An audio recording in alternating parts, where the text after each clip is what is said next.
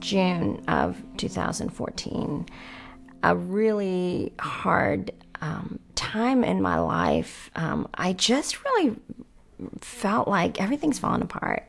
And I went on this silent retreat, which I go on usually about 3 or 4 times a year. I did for a period of a few years, just to get away and just hear God, take a Bible, a journal. And I remember just thinking, God, is everything falling apart here? Like, what?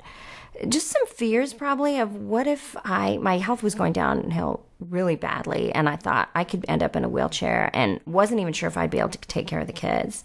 Like, it was just a period of sort of free fall where my arms weren't working very well, and I was thinking, I don't know what I'm going to do. And felt like, I think it was right before I decided to get off the dating site, because it was a few weeks actually before I'd met Joel, and just like, I'm not going to meet anybody. And my kids were not really walking with God that closely, and just felt like, what if any of the worst of all of these is awful? Like, I could end up in an institution with somebody feeding me and my kids gone wild and just alone. And I remember just kind of saying, God, this isn't the ticket I bought. I bought a ticket to happiness and joy and abundant life, and this doesn't feel like that. And just sort of saying, God, I felt like you promised me things. And just realizing at that sort of retreat, like God said, I'm going to be with you, and that's what I've promised you. And even if those things happen, I'm going to be there. And, in the Bible, there's a lot of what ifs, and what we say a lot is what if the worst happens? And we take our circumstances of today and we extrapolate them into the future, and we think it could be really bad. Like, we might have a child who's rebellious, and we think, okay, they're going to end up, in prison on drugs.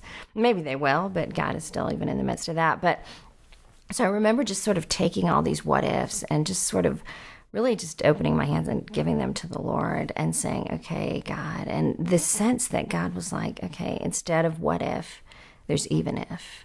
And you look at Shadrach, Meshach, and Abednego after they say to Nebuchadnezzar, God is able to deliver us, but even if he doesn't, we're not going to bow down to you. And just realizing, even if my circumstances don't have to change, God is in them. And Habakkuk says, though the fig tree, there's no grapes on the vine, and the olive crop fails, and the fields produce no fruit, but yet I will rejoice in the Lord.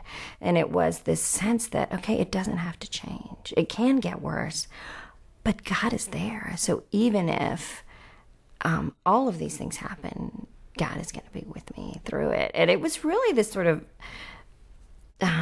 epiphany for me. Like, I don't need to fear. You'd asked me earlier about fear, and I don't need to fear, because God is going to walk me through it. And so that was this huge moment for me, just realizing even if is a lot stronger than what if.